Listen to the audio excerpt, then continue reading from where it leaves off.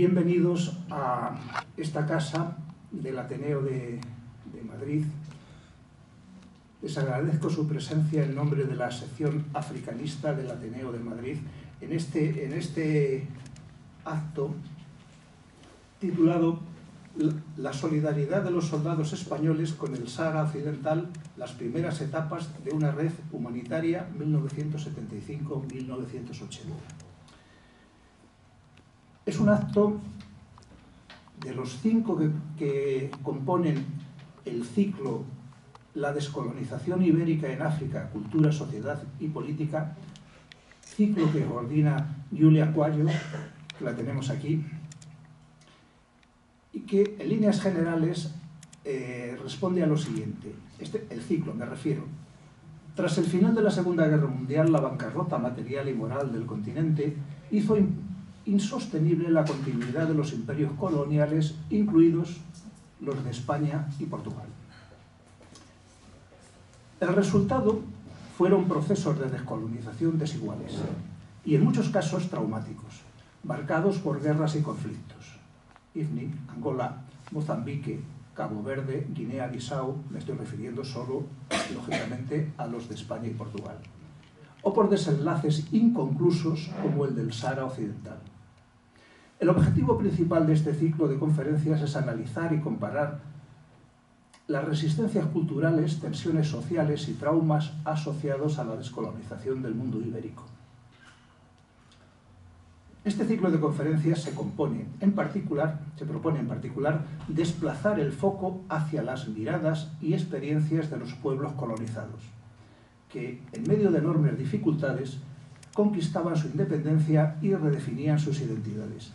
En última instancia, el ciclo invita a reflexionar sobre cómo los pasados coloniales africanos continúan configurando el presente cultural, político y visual del espacio ibérico.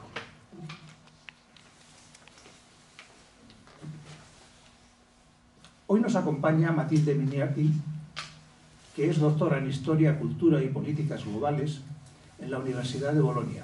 Su investigación se centra en el humanismo, la solidaridad internacional y las redes informales. En su proyecto de doctorado analiza la movilización humanitaria y las redes de ayuda hacia el Sáhara Occidental, examinando el papel de Italia y España en este contexto durante las décadas 70 al 90. Respecto al contenido de la conferencia, no sé si, Giulia, sí, tú prefieres hacer tú la introducción. Entonces, tienes la palabra. Buenas tardes a todas y todos, y un placer que estáis aquí con nosotras y nosotros en este segundo encuentro. Hoy no somos muchos, pero buenos, yo creo.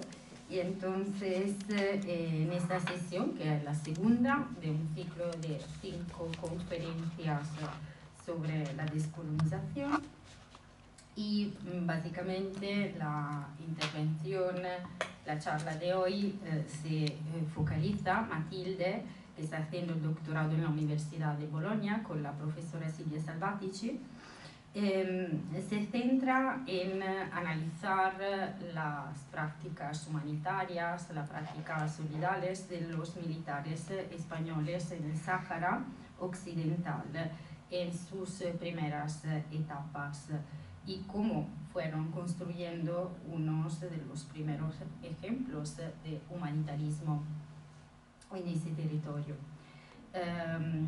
En enero de 76, en pleno proceso de transición a la democracia, en Madrid se funda la Asociación Amigos del Sáhara, y el objetivo de la tesis de Matilde es, una parte de los objetivos de la tesis es justo analizar el nacimiento de esta organización, que fue creada por un grupo muy diverso de personas comprometidas con la causa saharaui, en un momento en el que España se estaba preparando para retirarse, como sabéis, de esa que se definía como una provincia española.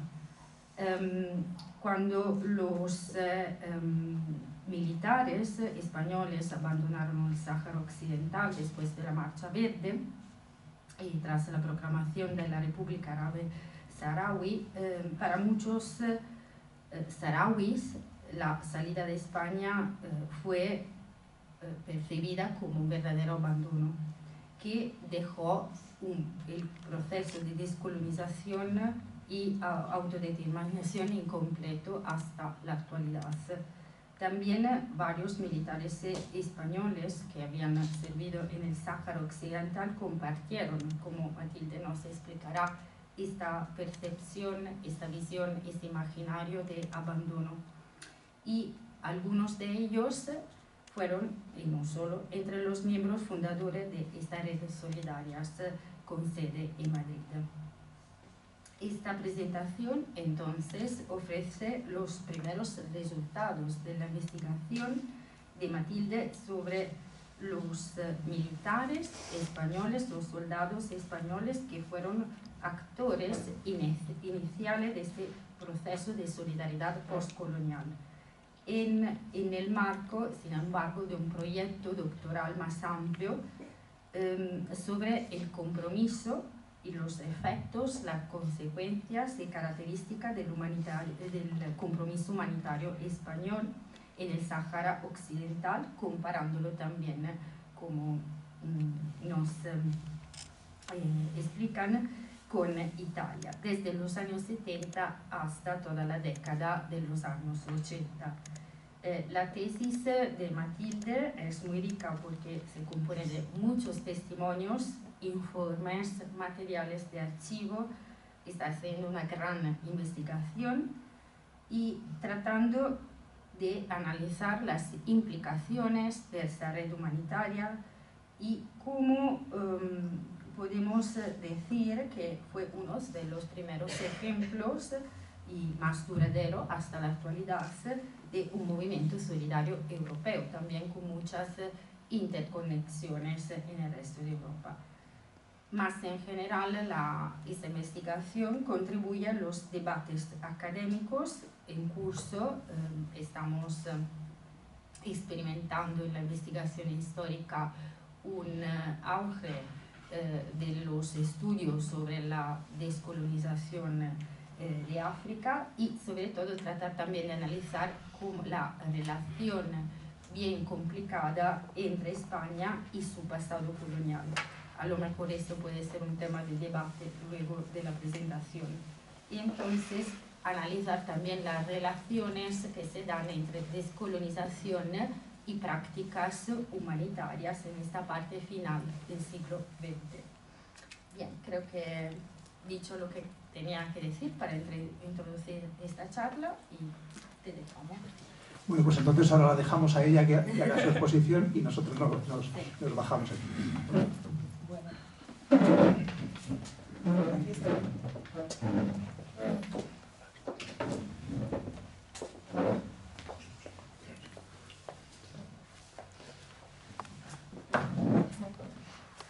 Buenas tardes a todos y a todas. Muchas gracias a la Feria de Madrid por la invitación y por haber incluido esta conferencia dentro de este ciclo muy interesante. Para mí es un verdadero honor para poder presentar aquí los primeros resultados de una investigación que está todavía en curso. Antes de empezar, quisiera hacer una breve aclaración. Esta es mi primera vez que presento una conferencia en español, así que les agradezco desde ya la paciencia y espero poder expresarme con claridad. El título de esta conferencia está así. Antes de entrar en el tema, quisiera dedicar unos segundos a explicar cómo se estructura esta charla. En una primera parte comentaré brevemente la situación actual del Sáhara Occidental y en el marco político internacional en el que se inscribe el conflicto. En una segunda parte introduciré el concepto de solidaridad y de humanitarismo, que nos servirá como clave de lectura para el resto de la conferencia. Finalmente me centraré en el núcleo de mi investigación, el papel que algunos soldados españoles tuvieron en las primeras formas de solidaridad con el pueblo saharaui, a partir de su experiencia en el territorio durante el periodo colonial. El análisis que presentaré hoy se apoya en los primeros resultados, como ha dicho profesora Cuadro, de una investigación realizada en España entre 2024 y 2025, en el marco de mi doctorado. Se trata de un trabajo basado principalmente en fuentes orales, en particular entrevistas a exmilitares, activistas y miembros de distintas asociaciones españolas de solidaridad con el Sáhara Occidental. Estas entrevistas se han integrado con memorias publicadas y con documentación de archivo de asociaciones, partidos políticos y instituciones, así como con archivos saharauis, recogidos durante mis misiones de investigación en los campos de refugiados de Tinduf. De hecho, las imágenes de los campos de refugiados y de documentos de archivo que se muestran a continuación fueron capturadas durante mis investigaciones. A partir de este material, he considerado especialmente interesante detenerme en un grupo de actores que ha sido hasta ahora poco analizado: los soldados españoles que, tras su experiencia en el Sahara, participaron en las primeras redes de solidaridad con el pueblo saharaui.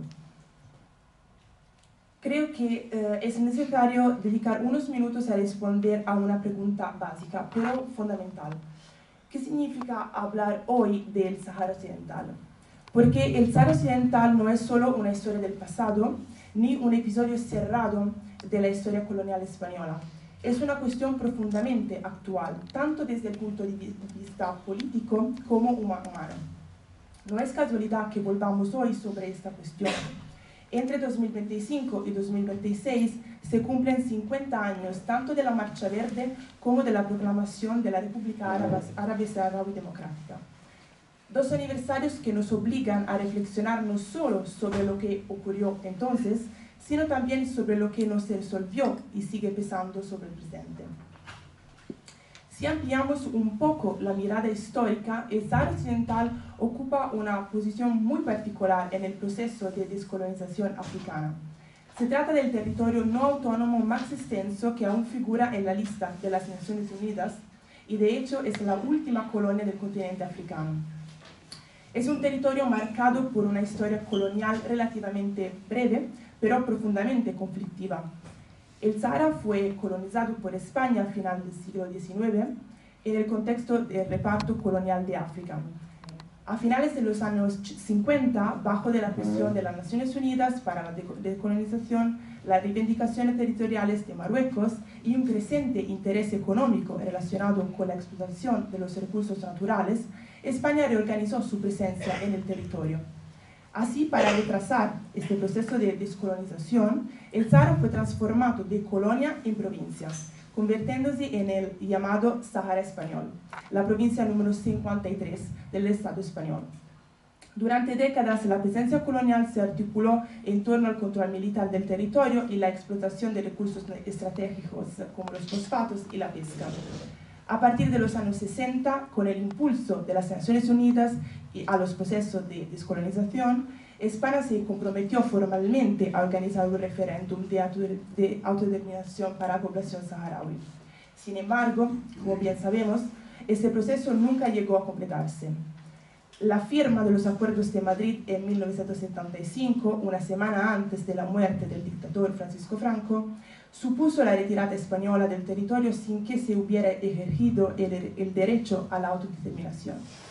Lejos de cerrar el conflicto, este momento abrió una nueva fase, marcada por la ocupación marroquí, el inicio de un conflicto armado y el exilio forzado de una parte significativa de la población saharaui. Hablar hoy del Sahara Occidental significa hablar de una descolonización inconclusa, cuyos efectos siguen marcando la política internacional y la vida de miles de personas. El del Sahara Occidental es un conflicto que a menudo ha sido definido como una guerra silenciada, con muy poca visibilidad mediática a nivel internacional y una tensión política intermitente. Al mismo tiempo es un conflicto profundamente asimétrico, entre un movimiento de liberación nacional, el Frente Polisario, y un Estado plenamente consolidado, Marruecos, que cuenta con importantes apoyos internacionales. Hoy en día, como pueden observar en el mapa, aproximadamente 2/3 partes del territorio del Sahara Occidental se encuentran ocupadas ilegalmente por Marruecos a través del envío y establecimiento de colonos, iniciado con la Marcha Verde, y la explotación sistemática de los recursos naturales. Al mismo tiempo, cerca de 175.000 saharauis viven desde hace casi 50 años en campamentos de refugiados en el sur de Argelia, en Tindouf. Otros viven en los territorios ocupados por Marruecos y llevan sufriendo continuas violaciones de derechos humanos. Aquí el acceso para observadores, investigadores y organizaciones internacionales es extremadamente limitado. Y además hay quienes viven en la diáspora. En este contexto, la República Árabe Saharaui Democrática, proclamada en 1976, continúa reivindicando su lugar en la comunidad internacional desde el exilio. Nos encontramos, por tanto, ante una de las decolonizaciones más largas y complejas de la historia de las Naciones Unidas. Desde el punto de vista jurídico, el Sáhara Occidental sigue siendo considerado un territorio pendiente de descolonización. En los últimos años, varias sentencias del Tribunal de Justicia de la Unión Europea han reafirmado que se trata de un territorio distinto y separado de Marruecos, y que cualquier acuerdo económico o comercial que afecte a sus recursos naturales debe contar con el consentimiento del pueblo saharaui. Sin embargo, a pesar de esas afirmaciones en el plano jurídico, en el plano político asistimos a una progresiva marginalización de la cuestión saharaui dentro de los grandes equilibrios internacionales. Un punto de inflexión se produjo en 2020, cuando las fuerzas marroquíes intervinieron militarmente contra una protesta pacífica saharaui en Guerguera, como pueden ver en la mapa. Una zona desmilitarizada donde la presencia militar estaba expresamente prohibida por los acuerdos de alto del fuego de 1991. El Frente Polisario consideró esta intervención como una violación de los acuerdos y los dio por terminado, lo que supuso el retorno del conflicto armado por primera vez en casi 30 años. En ese mismo año, en el marco de los acuerdos de Abraham, Estados Unidos reconoció la soberanía marroquí sobre el Sáhara Occidental, a cambio de la normalización de relaciones entre Marruecos e Israel. Posteriormente, otros actores internacionales reforzaron esta línea. En 2022, el gobierno español reconoció la importancia que tiene la cuestión del Sahara para Marruecos y expresó su apoyo al plan de autonomía marroquí como la base más seria, realista y creíble para resolver el conflicto, rompiendo con la posición histórica del Estado español. Más recientemente, el presidente francés Macron, en 2024 en Rabat, anunció que el presente y futuro del Sáhara Occidental se inscriben en el marco de la soberanía marroquí. Y hace apenas unos días, aquí en Madrid, se celebró una reunión impulsada por Estados Unidos con representantes de Marruecos y del Frente Polisario. Presentada como un intento de reactivar el diálogo, volvió a mostrar lo difícil que resulta avanzar hacia una solución que garantice el derecho a la autodeterminación del pueblo saharaui. En el caso español, este contexto adquiere un significado particular. España fue la potencia administradora del Sáhara Occidental hasta 1975 y con la firma de los acuerdos de Madrid no culminó el proceso de descolonización ni se liberó de sus responsabilidades internacionales que siguen formalmente abiertas.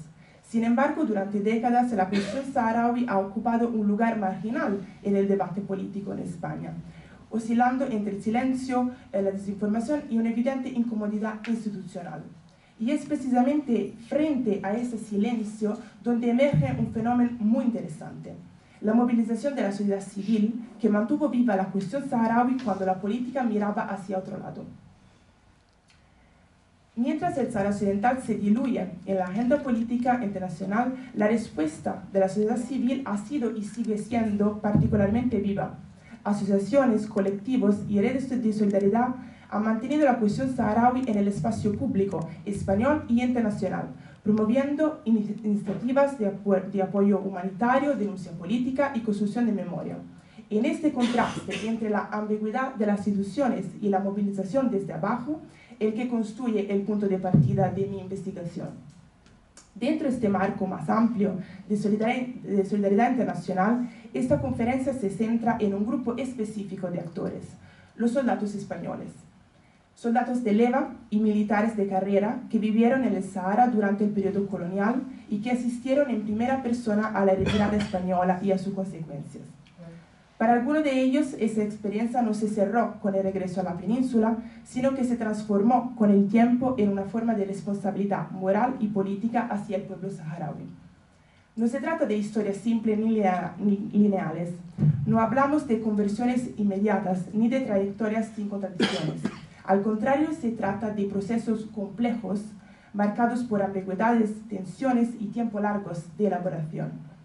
Pero precisamente por eso resultan especialmente reveladores para comprender el origen de algunas de las primeras formas de solidaridad con el Sahara Occidental. Para entender cómo esas trayectorias individuales pudieron convertirse en prácticas de solidaridad activa, es necesario detenernos brevemente en una cuestión clave que funciona como puente entre el pasado colonial y el compromiso civil, la noción de solidaridad y de humanitarismo. Entonces, ¿qué entendemos por solidaridad y humanitarismo? ¿Y por qué estos conceptos son útiles para estudiar el caso del Sahara Occidental? Cuando hablamos de humanitarismo, solemos pensar en la ayuda de emergencia prestada a personas afectadas por catástrofes naturales o conflictos armados. Esta es, de hecho, una definición muy extendida, que entiende el humanitarismo como asistencia a personas en situación de necesidad inmediata. Sin embargo, muchos historiadores han señalado que esta definición es demasiado restrictiva y no permite comprender la variedad de prácticas que históricamente han sido consideradas humanitarias. Algunos autores han descrito el humanitarismo como una constelación compleja de términos y conceptos, para subrayar que no se trata de una categoría fija ni unívoca, sino de un campo en constante transformación.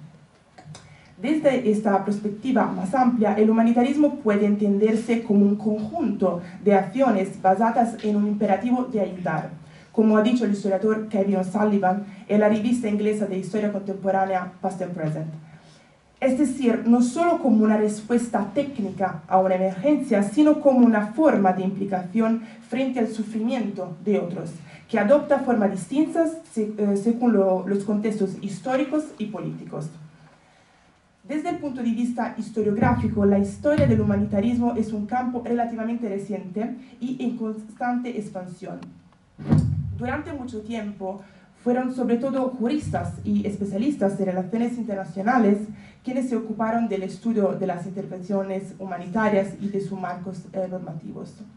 Solo a partir de los años 90 y 2000, los historiadores comenzaron a interesarse de manera más sistemática por el humanitarismo como fenómeno histórico, analizando no solo las grandes organizaciones internacionales, sino también las prácticas, los actores y los contextos sociales. Este cambio historiográfico ha permitido incorporar dimensiones sociales, culturales y políticas, y prestando atención a actores no estatales y a formas de solidaridad menos institucionalizadas.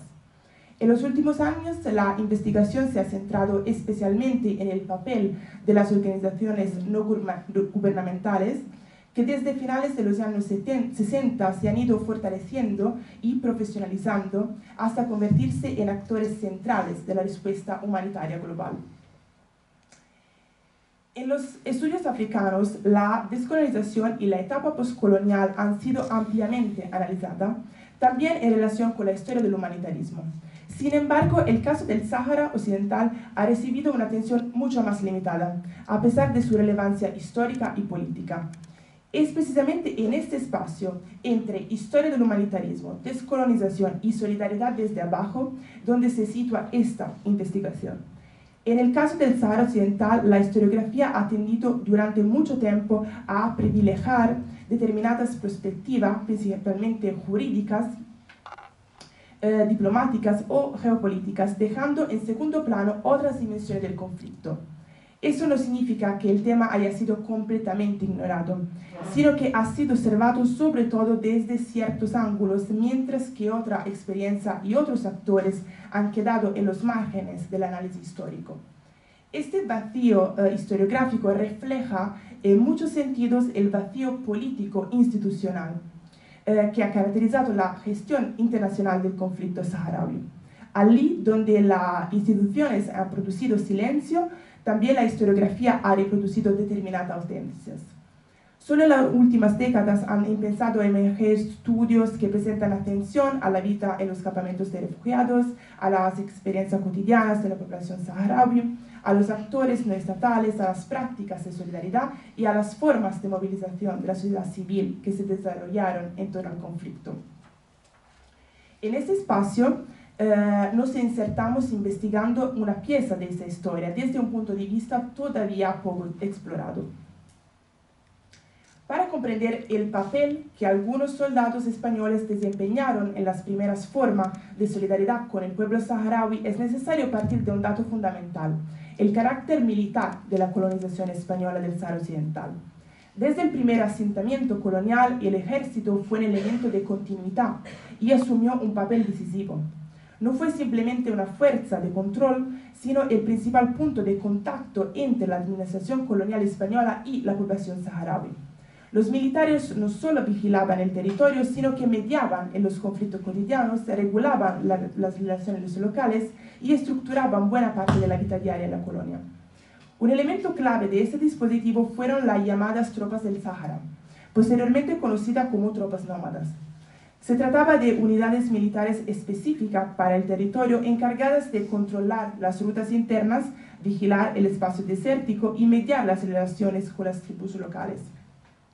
Esas unidades estaban compuestas por oficiales y suboficiales españoles, en su mayoría procedentes de las Islas Canarias, y por un número creciente de voluntarios saharaui, reclutados por su conocimiento directo del territorio y su capacidad de moverse en el desierto.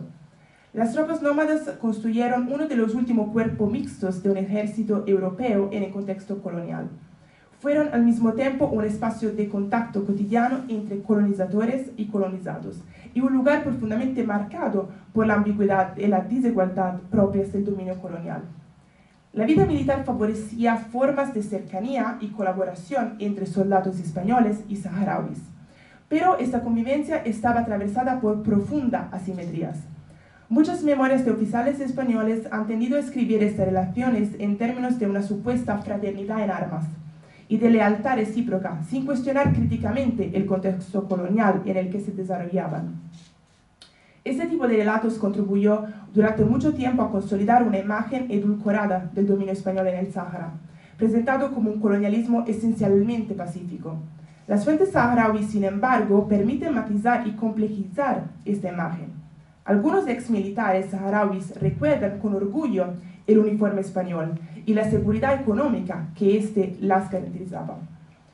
Durante una de las entrevistas realizadas en el marco de esta investigación, Abdellahi Mohamed Salem, hoy representante saharaui en Italia, recordaba la experiencia de su familia en estos términos: mi padre estaba en las tropas nómadas y también mi tío. Sus mandos eran españoles. La cercanía entre las dos culturas era continua. Nosotros nos sentíamos y éramos españoles, teníamos documento de identidad. Este tipo de testimonio muestra cómo, especialmente entre las generaciones mayores, la integración en las estructuras militares y administrativas españolas pudo vivirse como una forma de reconocimiento y de estabilidad. Al mismo tiempo, otras voces recuerdan el enrolamiento como un compromiso necesario o una estrategia de supervivencia que reforzaba la dependencia del poder colonial y ocultaba, bajo la retórica de la fraternidad, una relación profundamente desigual. Estas contradicciones no se limitaron al ámbito militar. A partir del descubrimiento de los yacimientos de fosfatos y del asentamiento permanente de colonos españoles en ciudades como El Aaiún o Villa Cisneros, las desigualdades se hicieron cada vez más visibles. Escuelas, hospitales y servicios estaban pensados prioritariamente para la población europea, mientras los saharauis quedaban relegados a una posición subalterna. Fue de esta relación cotidiana, al mismo tiempo cercana y desigual, de donde nació, sobre todo entre los jóvenes saharauis, una nueva conciencia política. El contacto con otros contextos árabes, la circulación de noticias sobre las luchas anticoloniales africanas y la experiencia directa del dominio colonial alimentaron un proceso de politización que llevó primero a la creación del movimiento de vanguardia para la liberación del Sahara y más tarde en la fundación del Frente Polisario en 1973. La represión violenta de las primeras manifestaciones nacionalistas y la desaparición de su líder marcaron una ruptura definitiva con la administración española y pusieron fin a cualquier ilusión de convivencia armoniosa. A partir de ese momento, la relación colonial entró en una fase de crisis abierta. Para algunos españoles destinados en el territorio, tanto civiles como militares, el surgimiento del nacionalismo saharaui fue percibido como una traición inesperada, lo que revela la fuerza de la retórica colonial de la fraternidad. Sin embargo, para algunos soldados, el contacto cotidiano con compañeros saharauis ya había empezado a erosionar esa imagen edulcorada de la presidencia española en el territorio. En ciertos casos, esas primeras rupturas no se limitaron a una reflexión individual, sino que se tradujeron en formas iniciales y necesariamente clandestinas de solidaridad. Esas primeras formas de solidaridad surgieron en un contexto marcado por la vigilancia militar y la represión política. Durante los últimos años de la presencia española en el Sáhara Occidental, cualquier forma de disidencia estaba estrictamente controlada. Aún así, las fuentes analizadas permiten identificar la existencia de espacios clandestinos de contacto y colaboración entre soldados españoles y población saharaui. Un ejemplo significativo son los llamados comités de soldados, redes informales y clandestinas que surgieron en algunas guarniciones, especialmente en la capital, El Aaiún. Inicialmente, estos comités perseguían objetivos internos como la mejoría de las condiciones de vida dentro del ejército. Sin embargo, en algunos casos ampliaron su campo de acción y se convirtieron en espacios de apoyo activo a la población saharaui y al naciente Frente Polisario. Las fuentes orales muestran además que algunos de los soldados implicados en esa red no llegaban al Sáhara como sujetos políticamente neutros. Una parte de ellos había adquirido previamente una experiencia de militancia antifranquista en la península, en el marco de la movilización política que entre mediados de los años 60 y comienzo de los 70 dio lugar a una nueva generación de jóvenes politizados. Para esos soldados, el servicio militar en el Sáhara no construyó el origen de la politización, sino el espacio en el que una conciencia política ya existente pudo redefinirse y traducirse en práctica. El contacto cotidiano con la población saharaui y con las primeras estructuras del movimiento independentista permitió que esa militancia se transformara en formas concretas de colaboración clandestina, mientras aún se encontraba en el territorio colonial. La cooperación con el Frente Polisario adoptó formas extremadamente peligrosas: transmisión de información, entrega de material de primera necesidad como ropa o medicamentos y apoyo logístico, ubicación de los pozos de agua, mapas de las pistas. Esas prácticas se desarrollaban en condiciones de clandestinidad y en un contexto de fuerte control y represión. Esas prácticas no pueden entenderse todavía como un movimiento organizado de solidaridad. Sin embargo, esa experiencia puede leerse como expresiones tempranas de un compromiso anticolonial, en las que empezaban a converger experiencia colonial, disidencia política y apoyo activo a la causa saharaui. Esa conexión resulta fundamental para comprender cómo, tras el regreso a la península, algunos de esos soldados pudieron convertirse en actores centrales de la primera red de solidaridad con el Sáhara Occidental, trasladando a la sociedad civil prácticas, vínculos y saberes forjados en un contexto de represión y colonialismo. Como acabamos de decir, el momento decisivo para muchos de esos soldados fue la retirada española del Sáhara Occidental entre 1974 y 1976. En las entrevistas realizadas y también en las memorias analizadas durante la investigación, la retirada aparece descrita de manera recurrente como una experiencia de ruptura profunda.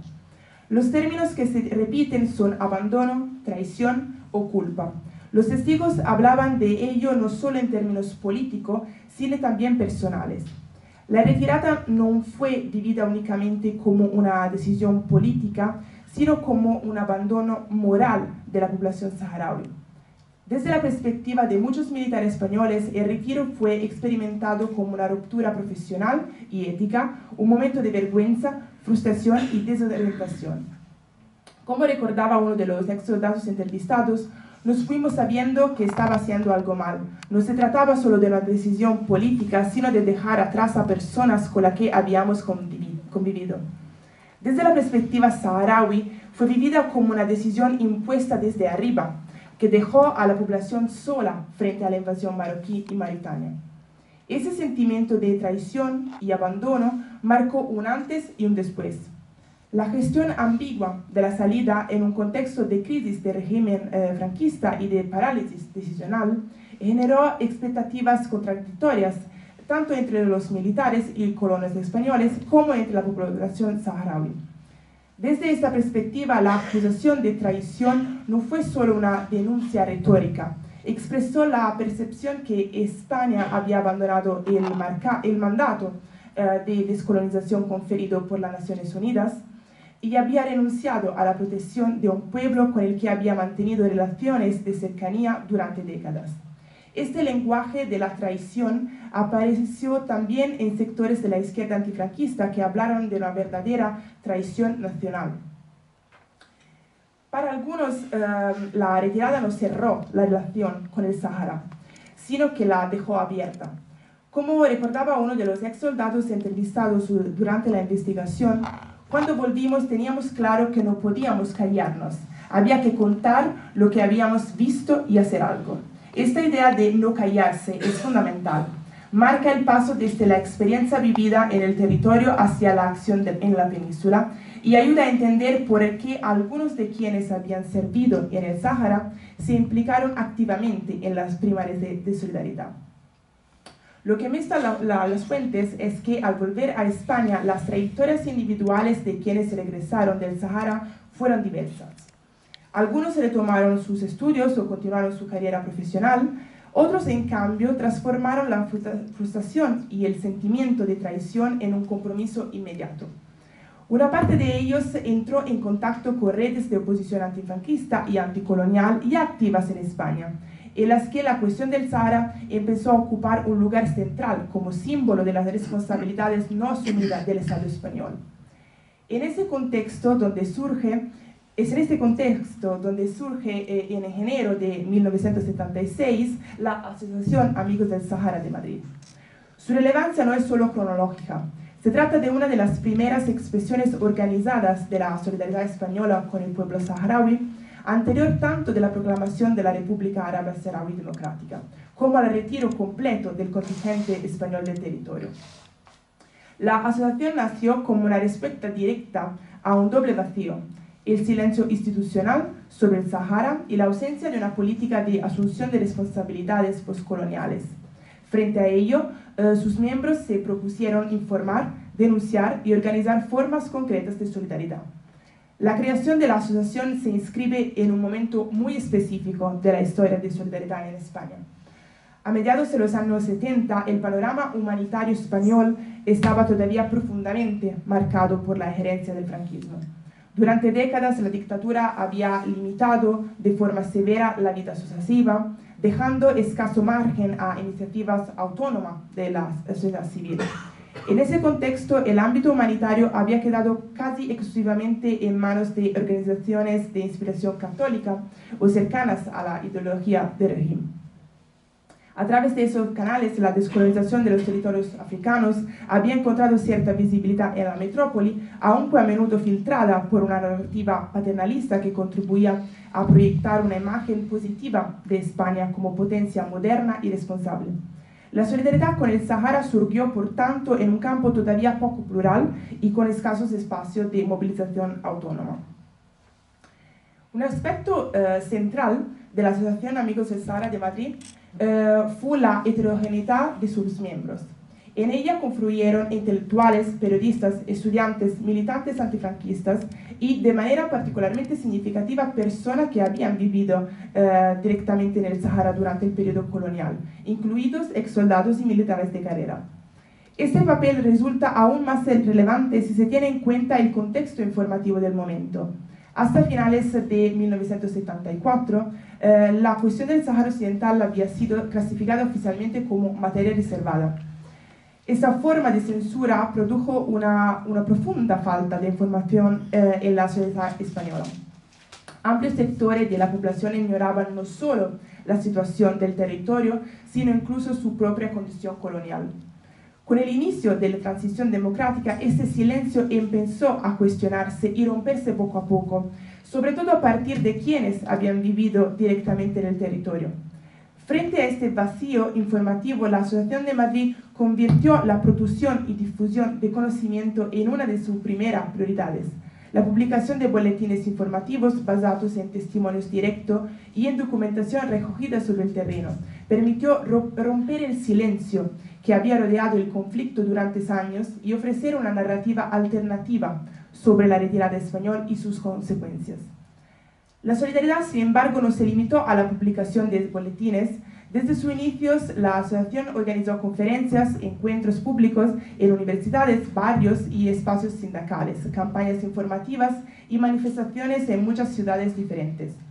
Esas acciones contribuyeron a reconstruir la historia colonial española en el Sahara y a insertar la cuestión saharaui en el debate público de la España de la transición, vinculándola a una reflexión más amplia sobre el pasado colonial, la responsabilidad democrática y los derechos de los pueblos. La producción de conocimiento fue, en ese sentido, una forma central de acción solidaria. Algunos de sus miembros, entre ellos exmilitares que habían servido en el territorio, comenzaron a escribir, investigar y divulgar la historia del Sahara Occidental desde una perspectiva crítica. Obras históricas basadas en la experiencia directa del periodo colonial y de la retirada española se convirtieron en referencias fundamentales para el movimiento de solidaridad y para una parte de la opinión pública española. Esas publicaciones fueron los primeros pasos hacia una información más profunda. Los testigos cuestionaban activamente la narrativa oficial sobre la presencia española en el Sáhara y denunciaban la responsabilidad del Estado en una descolonización inconclusa. Aquí en la diapositiva pueden ver algún ejemplo del material producido. Al mismo tiempo, la asociación organizó campañas de recogida de ayuda material en coordinación con el Frente Polisario y la Media Luna Roja Saharaui, presente en los campamentos de refugiados. Esas iniciativas no se limitaron a envíos puntuales, sino que dieron lugar con el tiempo a formas más visibles de movilización, como las primeras caravanas de solidaridad que atravesaban el territorio español combinando la entrega de ayuda con actos públicos de sensibilización. Entonces, desde sus inicios, la Asociación de Madrid ha combinado estas dos dimensiones fundamentales. Por un lado, el apoyo material a la población refugiada saharaui. Por otro, una intensa actividad de información, sensibilización y denuncia política dirigida a la sociedad española. En este proceso, la participación de personas con experiencia directa en el territorio, incluidos exsoldados, desempeñó un papel clave. Su presencia aportó una forma específica de conocimiento y de legitimidad. Esa experiencia directa confería a su palabra una autoridad particular dentro de la red de solidaridad. Además, muchos de ellos transformaron competencias desarrolladas en el ámbito militar, como la organización logística, la planificación o el conocimiento del territorio y de las personas saharauis, en recursos concretos para la acción solidaria, especialmente en las primeras fases del envío de la ayuda a los campamentos de refugiados. Desde un punto de vista analítico, estos soldados actuaron como mediadores entre el pasado colonial y la movilización cívica de la España de la transición. Transformaron una experiencia vivida dentro del aparato colonial en una memoria crítica y esa memoria en acción colectiva. Ahora bien, ese proceso no fue uniforme ni inmediato para todos. Las fuentes muestran también trayectorias más graduales en las que el compromiso solidario se construyó con el tiempo y no siempre dentro de la Asociación de Madrid. En algunos casos, la experiencia del Sahara permaneció durante años como una memoria latente, que se reactivó más adelante, por ejemplo, a través del contacto con los campamentos de refugiados o en el marco de nuevas iniciativas locales. Esas trayectorias contribuyeron en fases posteriores a la expansión territorial de la solidaridad pro-saharaui y a la creación de otras asociaciones en distintas ciudades españolas, mostrando cómo la experiencia colonial pudo alimentar formas diversas y diferidas de compromiso. En ese sentido, la Asociación Amigos del Sahara de Madrid, así como las asociaciones que se crearon posteriormente en otros contextos locales, no fue únicamente un canal de ayuda humanitaria, fue también un laboratorio de nuevas formas de compromiso cívico, en el que la solidaridad se entendió como una práctica que combinaba asistencia, memoria y acción política. El caso de la Asociación de Madrid permite, por tanto, observar cómo la solidaridad con el Sáhara Occidental se construyó en la intersección entre experiencia colonial, transición democrática y una tradición humanitaria en transformación, y cómo en ese cruce la solidaridad se convirtió en una forma concreta de asumir responsabilidades que el Estado había dejado sin resolver. El análisis del papel de los soldados españoles nos invita a repensar tanto la historia de la descolonización del Sáhara Occidental como la genealogía de la solidaridad internacional en España.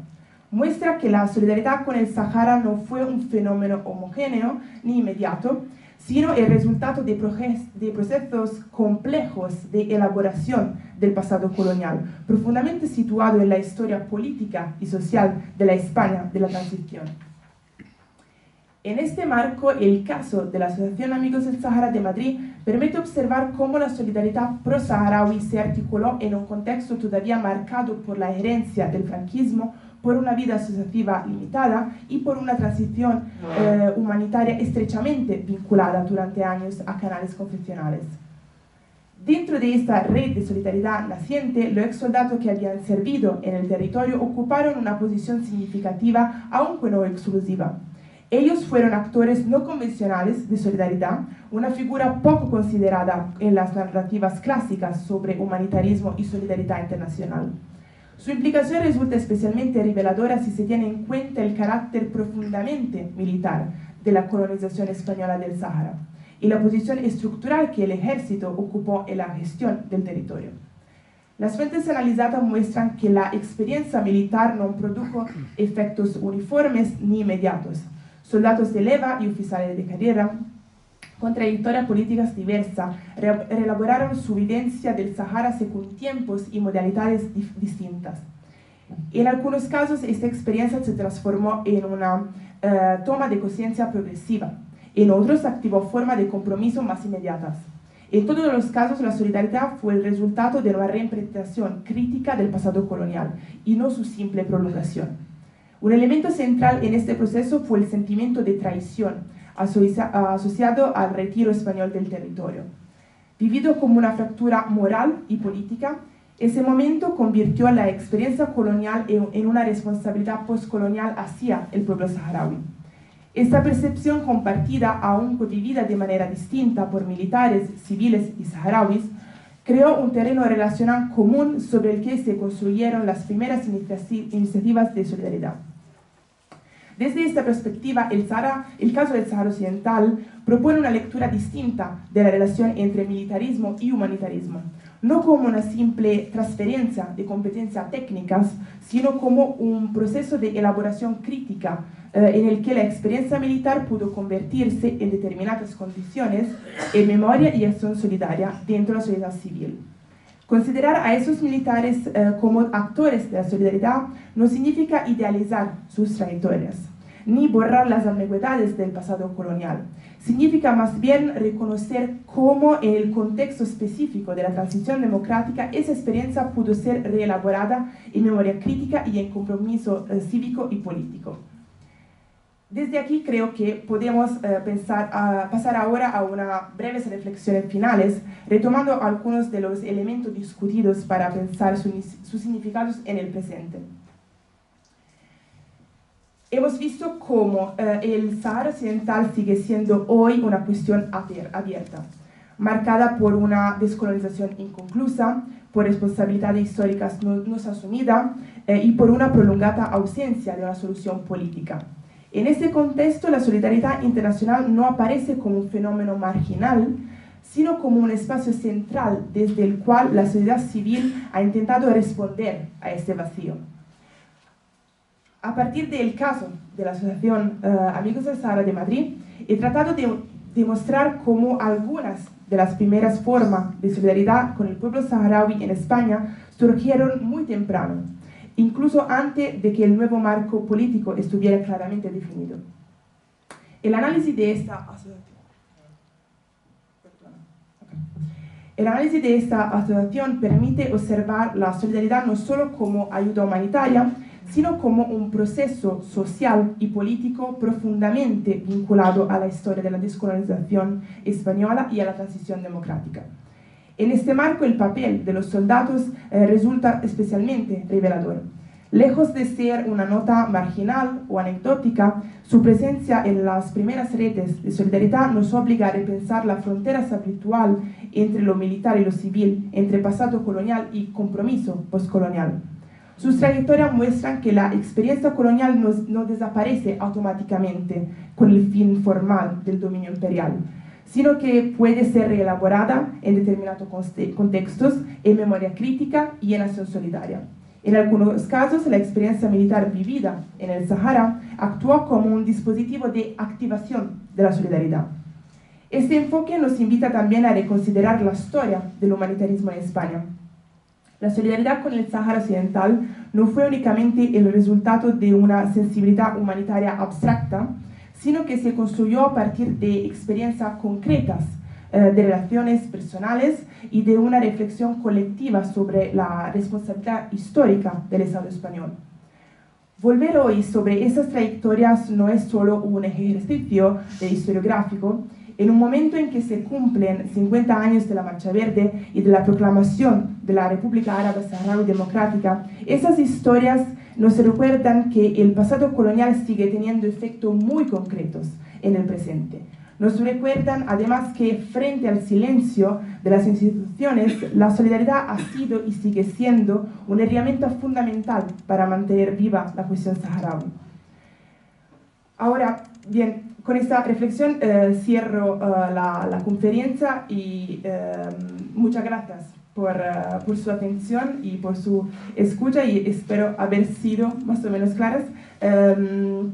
Aunque, como habrían notado, el español no sea mi lengua habitual, para mí ha sido un verdadero honor poder hablar aquí hoy y una gran oportunidad poder compartir aquí estos primeros resultados de investigación. Ahora quedo a disposición para cualquier pregunta, comentario o reflexión que queramos compartir juntos, y puedo responder con la ayuda de profesora que me traducirá mi italiano o mi inglés en español. Muchas gracias.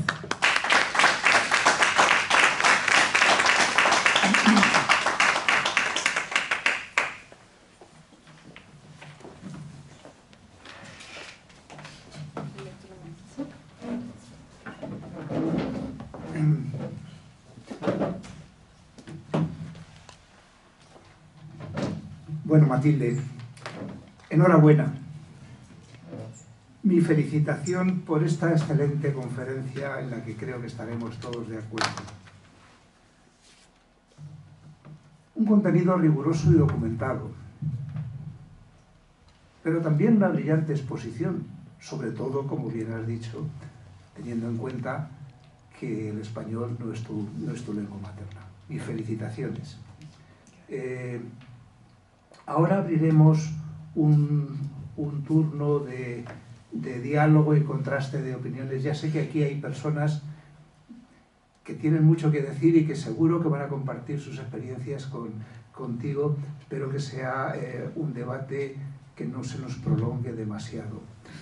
Me gustaría, antes de empezar, invitarla a Julia a hacer un pequeño turno por si tiene algo que añadir o algo que matizar a lo que nos ha dicho Matilde. Inmediatamente después pues empezaremos con la intervención de los asistentes.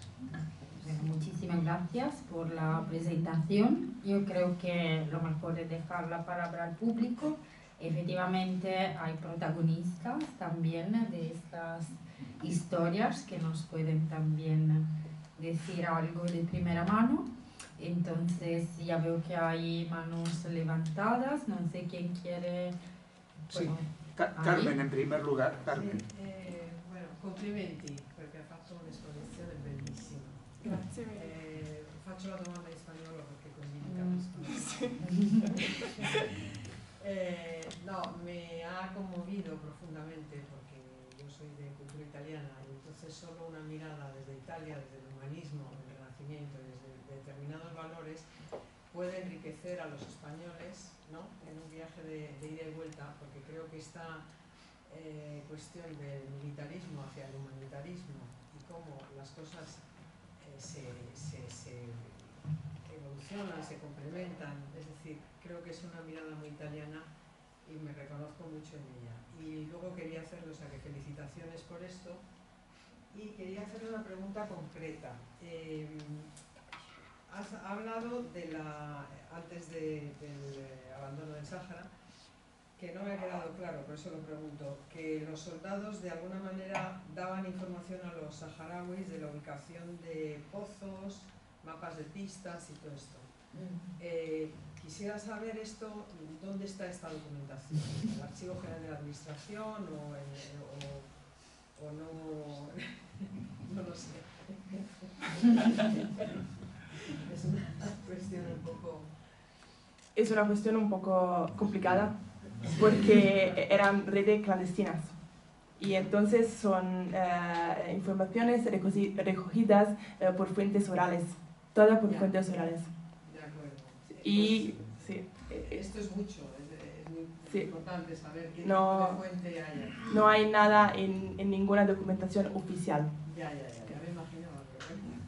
Sí, puedo añadir una cosa, que efectivamente sobre varios aspectos, sobre todo militares, aún hay mucha dificultad en acceder en los archivos oficiales, institucionales españoles. Entonces hay que, como historiadoras, encontrar otras vías, ¿no?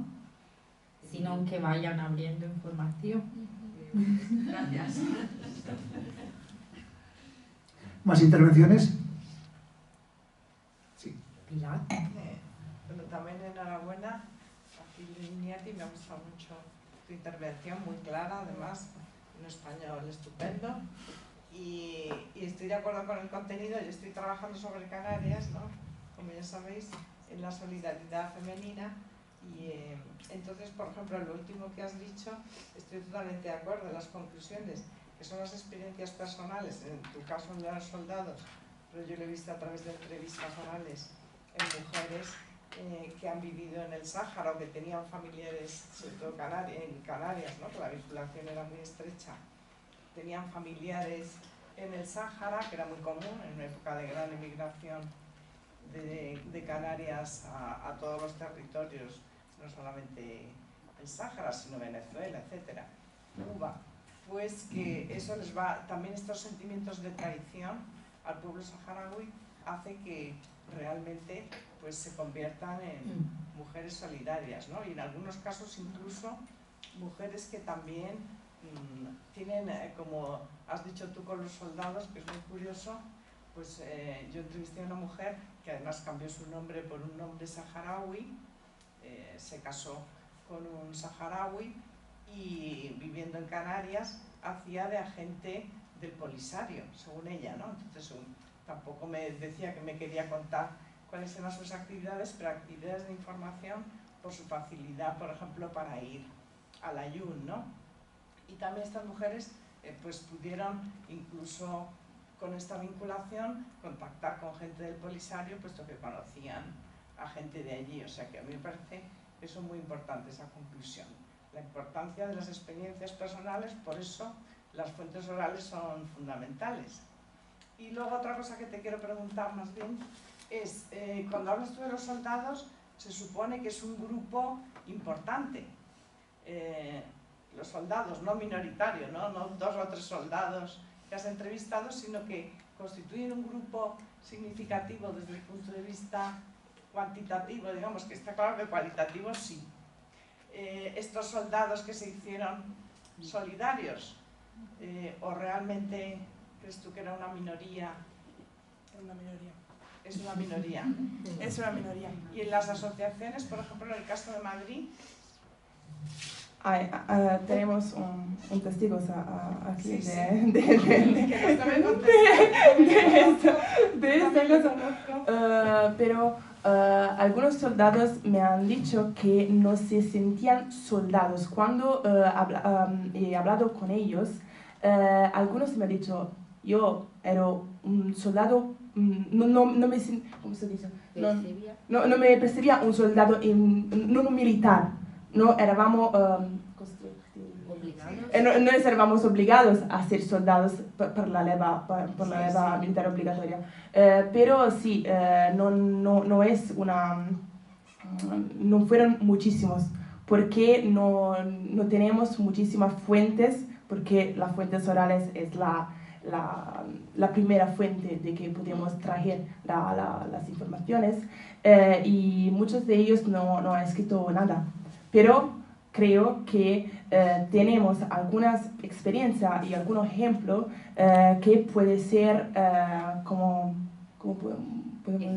el ejemplar de una pequeña categoría, pero muy importante para este impulso a la solidaridad en España. Esa es era mi idea inicial hace 2 años, cuando he empezado mi proyecto, y cuando he encontrado algunas pequeñas fuentes que decían que estaban soldados, así entendí que estaba algo en torno a la cuestión militar. Y mi objetivo fue interrogar esas pequeñas informaciones, pero para traer un concepto más amplio.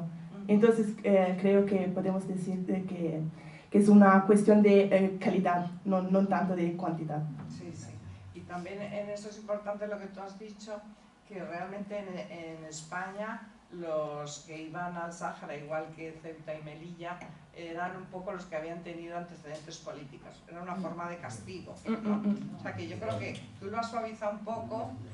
Yo conozco casos concretos, vamos, o sea que ha sido así. No digo que fueran todos, pero que había un sector importante que los que habían estado con multas en la cárcel y tal, casualmente les tocaba siempre ir a Marruecos o al Sáhara.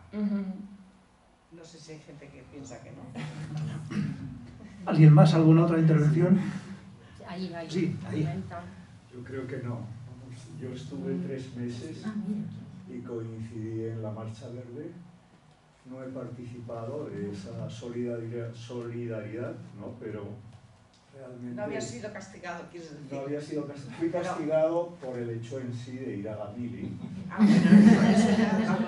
Pero que había casos así, ¿tú crees que no lo sabía? Yo lo sé que sí. Lo que había es un ambiente realmente, pues eso, de unos jefes que eran demasiado jefes, ¿no? A nivel de castigos y de mantener una disciplina que se salía de cualquier normalidad, ¿no?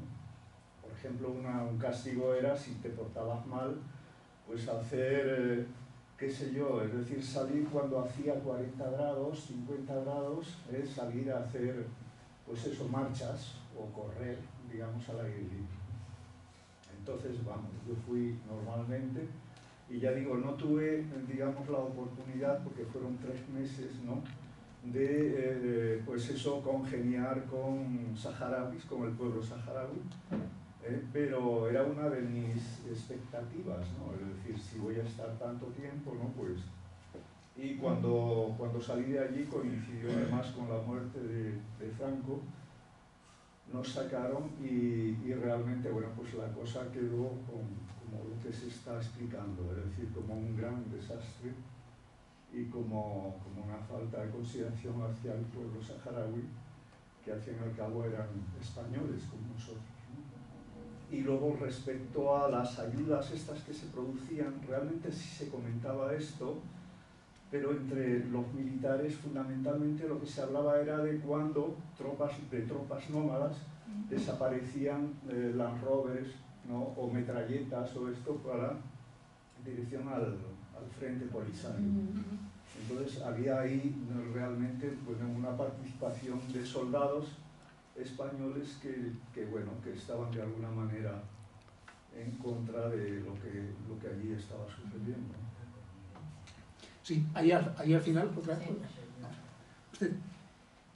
Sí. A ver, aunque no fuera mayoritario, el envío de soldados al Sáhara, en algunos casos, sí que tenía un componente de castigo.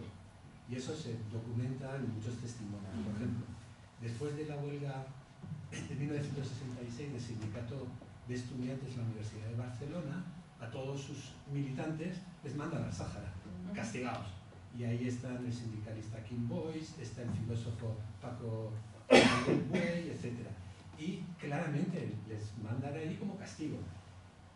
A mí me interesa también subrayar una cuestión, y es que hay un gran interrogante que no ha sido trabajado por historiadores, ¿no? Y es el papel de las fuerzas antifranquistas respecto a la cuestión del Sáhara. Hay unos cuantos mitos. El principal, además fomentado por los sectores conservadores, es que la izquierda era tan colonialista como la derecha y que por lo tanto nunca se preocuparon por la cuestión colonial, lo que no es cierto. Lo que no es cierto. En el archivo histórico del PC, aquí en España, en Madrid, hay rastros de informes secretos, de células de soldados españoles desde final de los años 60 a la dirección del PC, informando sobre las condiciones de vida de los saharauis, etc. Es decir, que hay una cierta sensibilidad, al menos de las estructuras de la oposición antifranquista del interior. Lo más llamativo, yo creo, respecto a los comités de soldados, aunque hay personas que lo vivieron en carne propia y por tanto lo pueden decir, pero no se puede entender sin un posicionamiento de la izquierda radical, fundamentalmente del Partido Comunista Marxista-Leninista, del PC Internacional, del FRAP, de la LCR, que eran los que impulsaban, al menos en la península, los comités de soldados. Y ahí se encuentran en la documentación, porque sí tenemos documentación escrita, los panfletos, los boletines de estas organizaciones clandestinas, en que desde 1972 hay posiciones de solidaridad con el Sáhara, desde el punto de vista anticolonial. ¿Que eso era marginal? Obviamente que sí. Esas organizaciones eran marginales dentro de la marginalidad que ya suponía el antifranquismo. Hay que pensar que las estructuras eran clandestinas, ¿no? Y hay un nexo con esta solidaridad. Por ejemplo, el Partido Comunista Marxista-Leninista fleta un barco desde las Islas Canarias con ayuda al Frente Polisario en 1975. Y ese partido es el impulsor de la primera asociación de solidaridad con el Sáhara en Barcelona. Es decir que hay ahí, yo creo que tu exposición, que es muy sugerente, muy interesante, etcétera, pero hay una dimensión de conexión con las organizaciones políticas que creo que es una pieza en esa ecuación, ¿no? Es en esa ecuación. Y algunos de los voluntarios, sobre todo mujeres, que se unen al Frente Polisario incluso antes de crearse los campamentos, es decir, cuando están huyendo y viven las masacres, ¿no? De Undreiga, etc., ya hay españoles voluntarios, ¿no? Porque provienen de esa línea de solidaridad de la izquierda radical. No son militares, pero provienen de esa línea. Por lo tanto, me parece que en esta presentación, que es extremadamente interesante, novedosa incluso aquí en España, explorar esa conexión con las fuerzas antifranquistas me parece que sería enriquecedor. Muchas gracias. ¿Puedo comentar? Sí, claro. Un poquito. Muchas gracias por tu comentario y quiero simplemente añadir unas cosas que no he dicho durante mi presentación porque el tema es muy largo y cada vez no tengo mucho tiempo para decir todo, pero unas cosas que creo sea importante es que algunos de esos soldados fueron parte de la Unión Militar Democrática y se conecta con esa cuestión del antifranquismo y además con la cuestión del antifranquismo en el militarismo, entonces entre las tropas. Entonces creo que esa es una cosa muy interesante. Bueno, antes que nada felicitarte por el buen trabajo que has hecho, parece muy interesante. Simplemente un punto que le había hecho referencia de algunos soldados incluso que se habían unido también al Polisario después del abandono, que incluso algunos cayeron mártires combatiendo a Marruecos. Además, efectivamente, como él también dijo, hubo mujeres que se fueron ahí, que incluso hicieron de enfermeras y todo durante el bombardeo de Modregue, que están bien documentado, en ese sentido. Bueno, otra cuestión, ya sé que no es la centralidad de su trabajo, pero sí que me parece un poco interesante, que es un poco lo que significó la Marcha Verde. La Marcha Verde más bien fue una máscara de lo que realmente fue la invasión militar, que realmente no entró. Es una invasión militar planificada de antemano, y la Marcha Verde fue más bien una máscara a eso. Y eso, la Marcha Verde, que ha enmascarado esa invasión militar y ese genocidio también planificado contra el pueblo saharaui, no solamente físicamente, sino cultural, que ya desde entonces también Marruecos ha empezado a eliminar lo que es el factor cultural de, digamos, del español, por ejemplo, en el Sáhara. Y de hecho he visto en tu mapa escrito la yuna en francés, que eso no se escribe, normalmente se escribe en español, pero eso es una manera de Marruecos de eliminar la cultura hispanófona en el Sáhara, que es también otro elemento un poco de ese genocidio cultural que hasta hoy lleva Marruecos contra el Sáhara. Ya sé que no es la centralidad de tu tesis, pero simplemente una observación técnica, simplemente. Muchas gracias, porque creo que tú entiendes la mapa con la división del territorio. Creo que es esto. Sí, porque es muy quería, cuando estaba preparando, organizando la charla, quería buscar una mapa muy clara y clarificadora de la situación, pero no hay muchísimas mapas de la división, y tenía mapas que he grabado cuando estaba en los campamentos, pero la imagen no estaba clara, entonces disculpa para haber elegido una mapa no correcta, pero sí, tiene razón por esa cuestión. Gracias. ¿Alguna otra intervención más? Bueno, yo solamente al compañero, que me parece muy interesante lo que ha dicho, también quería añadir que sí que hay algunos trabajos, aparte de que seguro que tú lo estás trabajando, pues también Julia aquí nos dio una conferencia sobre la postura del Partido Socialista, bueno, oposición en algún momento, luego ya en el gobierno, ¿no? que era totalmente distinta, para ver cuál es la posición de los partidos. Y es verdad que el archivo del PC seguro que lo has consultado, es muy interesante, pero el Partido Comunista, su postura oficial, era aliado del Partido Comunista marroquí, y cuando el Partido Comunista marroquí no quiso condenar, estuvo a favor de la Marcha Verde, pues ya rompieron las relaciones y ya se va situando, y yo creo que en los partidos, por un lado, es verdad, la izquierda del PC, la izquierda radical, que en Canarias tiene un protagonismo muy fuerte, pero también el Partido Comunista, en todo lo que es la organización de asociaciones, de programas de vacaciones en paz, y antes de vacaciones en paz, los niños de las colonias, se ven muy bien incluso en las imágenes, ¿no? O sea, que algo sí que se ha estudiado, yo creo. Aquí tenemos a Julia, aparte de Matilde. Sí, pero el caso del Partido Socialista es bien distinto, ¿no? De lo Sí, que claro. estábamos comentando de la, ¿no? Llamámosla izquierda radical o extrema izquierda, no sé exactamente bueno, qué término utilizarle, o el Partido Comunista, porque Sí. juega un cambio bastante importante, pero efectivamente también el Partido Socialista, a lo mejor en relación a la competición con el Partido Comunista, de hecho en las asociaciones al principio creo que había alguna socialista, ¿no? Como entre los primeros organizadores. Así, pues. ¿Alguna intervención para ir cerrando ya? Sí. Muchas gracias por el trabajo que habéis hecho. Hemos estado en contacto para llegar a esto hace tiempo, y como antiguo soldado en el Sáhara, soldado colonialista, quiero agradecerte de verdad que una persona como tú, que no eres de España, siga trabajando esta causa.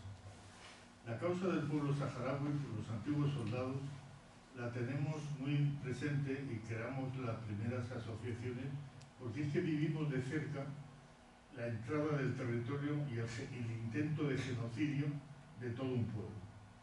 Veíamos como los jóvenes, las mujeres daban con sus puños en las tanquetas marroquíes, nuestros cáteres todavía calientes lo ocupaban los marroquíes.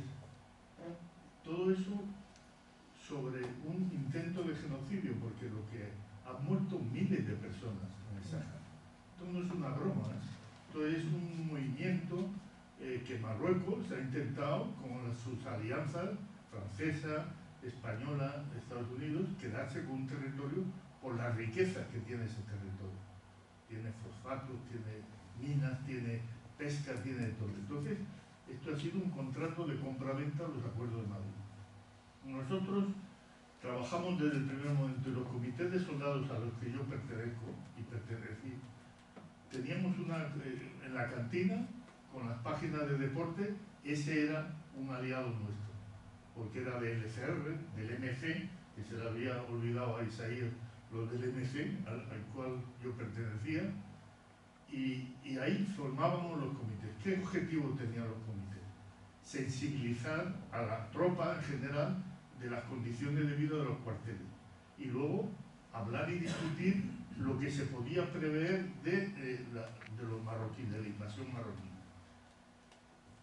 Eso nos hizo que al llegar a España a la vuelta dijimos, esto no puede ser, era materia reservada el Sáhara. Dijimos, vamos a intentar informar a la gente de lo que está pasando, que España está colaborando a masacrar, a un genocidio en el territorio. Y eran, como decías, españoles, tenían DNI español. Y volvimos a la península en el 75 a España, en España, y empezamos a crear la primera asociación de amigos del Sáhara, con abogados, defensores de los derechos humanos, periodistas y más gente. Y nos hemos trabajado 50 años la solidaridad, el estado de memoria este que tienen los saharauis como futuro. Nosotros, los saharauis han creado un estado, pero la soberanía es la memoria que tienen. Son los que están fuera, los que están en los campamentos, los que están, y como me decía un amigo saharaui, vosotros, Pepe, sois el estado mayor de los saharauis en España, en Europa. Porque nosotros ya, con el muro, con la lucha, con la guerra, tenemos ya suficiente. Vosotros tenéis que indicarnos el trabajo. Es terrible el abandono que se ha hecho con esta causa. Y menos mal, te has dado cuenta cómo hemos podido aguantar 50 años.